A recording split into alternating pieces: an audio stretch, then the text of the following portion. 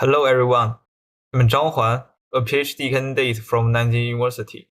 Today I'm excited to present our work, a pair programming framework for code generation via multi-plane exploration and feedback-driven refinement. Alright, let's begin. Today, large language models, both open and closed source, are changing how programmers work. They are really good at generating code and pushing software engineering towards more automation.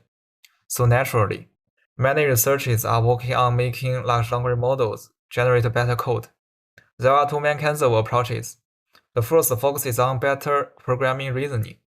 These works use prompting techniques to help large language models think better and write more accurate code. The second uses feedback to repair code iteratively. The feedback can come from the models themselves or external tools like compilers, but these methods still have some limitations. From the code context, here's the problem. Given a sequence of integers, we need to find the minimum number of insertions to make sure each number is not larger than its index. ChatGPT starts with plan A and writes some code, but the code is wrong. This is actually very common, because large language models often can't get the code correct on their first try. Even after getting feedback from test cases and trying to fix the code multiple times, it keeps failing. Why? Because it's stuck with plan A, thinking it's just small bugs to fix. This shows an inherent pitfall with the single pass approaches. Once a wrong blueprint is initially established, the models struggle to identify the root cause of the bugs and thus mislead subsequent repairs. To solve this, we learn from how human programmers do. They don't put all eggs in one basket. If one pass fails, they switch to a different path. Here, Plan B solves the problem correctly by tracking the max difference between each number and its index. With this Plan B, ChatGPT generates the right code quickly. This insight leads us to think about real-world coding practices. When coding, we often need multiple plans and timely adjustments to avoid getting stuck. And this reminds us of pair programming, a common practice in software development, where two developers work together, one is navigator, one is driver. The navigator plans ahead and thinks about the big picture, while the driver focuses on writing the actual code. This split of roles fits perfectly with what we need. So here's what we did. We created two language model agents based on this idea. The navigator agent proposes multiple plans, selects the best one, and guides the process using the driver's feedback. The driver agent writes and repairs code based on navigator's guidance and tells the navigator what works and what doesn't. This helps the navigator adjust plans when needed. Before going into our method, let's talk about the task definition. We focus on test-guided code generation, similar to self-debugging and LDB. The task had two inputs, a problem description and some test cases showing input and output pairs. Our goal is to generate code that solves the problem correctly. Like real coding, the model can use test cases to check and fix its code.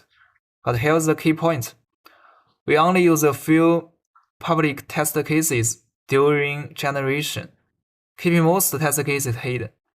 This matches real life, where users usually don't write many tests because it takes too much effort.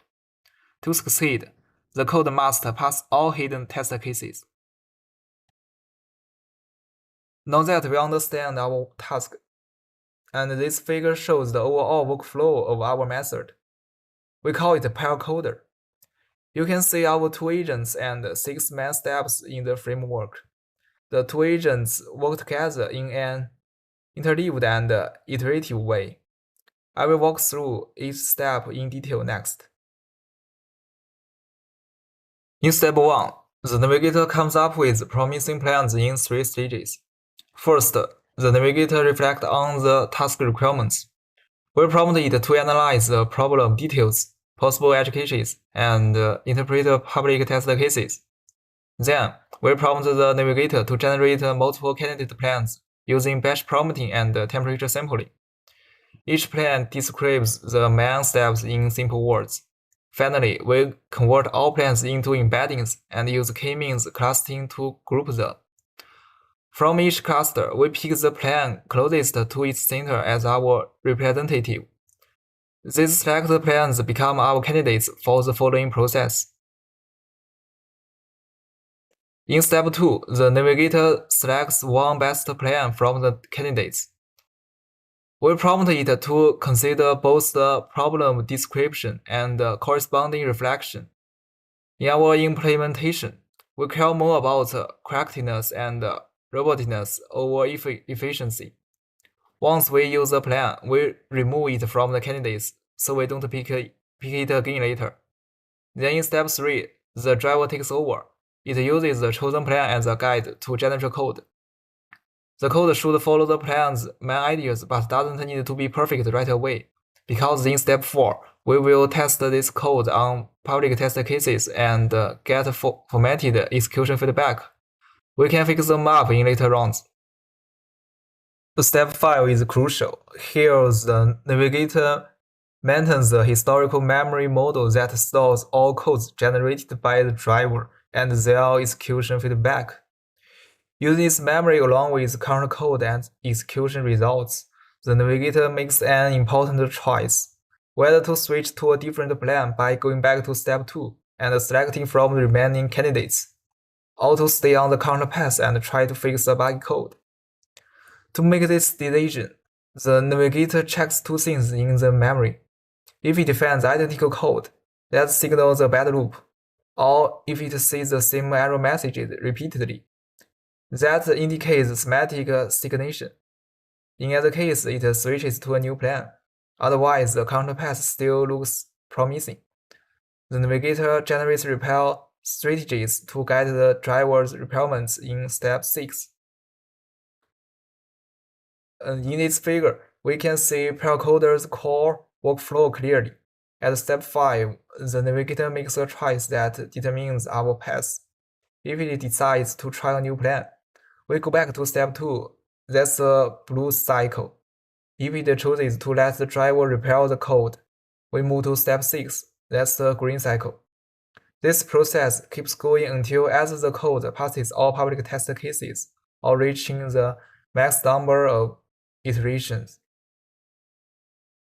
For our experiments, we use PassEt1 as our metric. We test the PairCoder across different benchmarks and base models to ensure comprehensive evaluation. For more detailed setup, please refer to the full paper. For research question 1, we study how PairCoder's performance compares with other baselines. Results show PairCoder outperforms all baselines across 5 benchmarks with different base models. For research question 2, we study how iteration count affects PairCoder's performance. We compare PairCoder with 2 iterative refinement-based approaches, self-debugging and intervenor. The results show that increasing iterations brings substantial and consistent improvements to PairCoder over other baselines. We also track when PairCoder switches to new plans by marking these transitions with different background colors in the figure. Interestingly, we find that when PairCoder switches plans, self-debugging and intervenor's performance tends to plateau.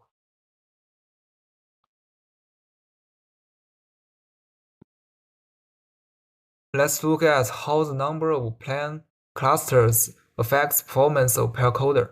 We tested from 1 to 5 cluster. Performance improves. Up to 3 clusters, then levels off. While more clusters means more solution plans to try, but here's something interesting. Only about 5% of human evil problem and 50% of code contest problems actually try more than 3 plans. Why?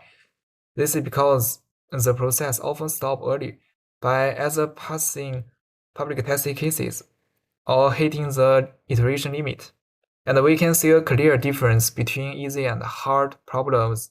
In simple human evil problems, only 21% try a second plan, but in harder code context problem, 82% do, showing that difficult problems really need multiple solution plans.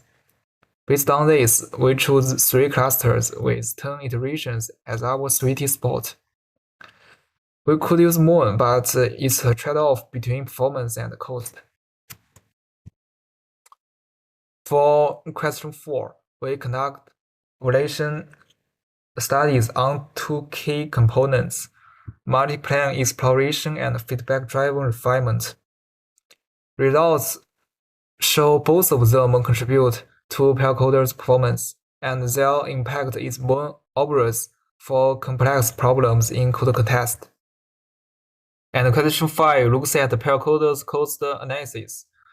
To make fair comparisons, we let prompting method try up to 10 times with a temperature of 0.8 until the code passes all the public test cases. While repeat sampling helps these methods improve, PairCoder still performs better. And compared to other iterative methods like reflection, self-debugging, and LDB, PairCoder's cost is comparable or even lower in most cases. For error analysis, we found 3 key points. First, wrong answer remains the main problem. This shows large language models still struggle most with getting the code functionality right, not with syntax or efficiency. Second, problem difficulty matters. Easy problems in human-evil or MBPP rarely have runtime or timeout issues, but these issues show up more in harder code context problems, showing we need to focus more on code efficiency for complex tasks. Third, public test cases coverage is crucial, since that's all we can use during generation. We see good coverage over 85% for easy problems in human-evil or MVPP, but it drops to 71% for harder problems in code context, affecting how well PairCoder works. To understand why PairCoder works, let's compare different code generation paradigms. Single-pass paradigm is one-to-one way with no return, but the perfect plan is real. Once the initial plan goes wrong, they struggle to recover. Multi-chain paradigm tries all possible plans in parallel. It works, but the cost is too high. PairCoder succeeds by taking a smarter approach, using efficient tree search through the navigator, achieving dynamic plan switching without exhausting exploration. Thanks for listening. For more, you can see our paper on GitHub. Feel free to reach out with questions.